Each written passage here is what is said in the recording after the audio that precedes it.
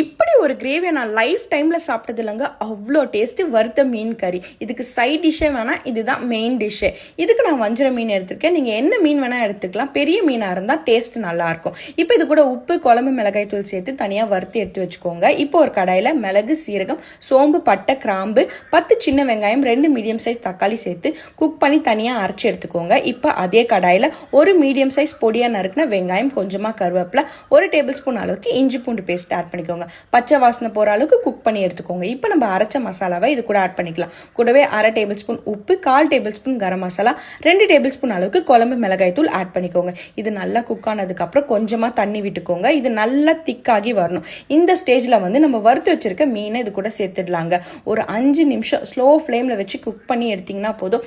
டேஸ்டியான வறுத்த மீன் கறி ரெடி. கண்டிப்பா இந்த ரெசிபியை ட்ரை பண்ணி பாருங்க.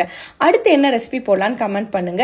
இந்த மாதிரி டேஸ்டியான ரெசிபி பார்க்கணும்னா மறக்காம நம்ம சேனலை சப்ஸ்கிரைப் பண்ணுங்க.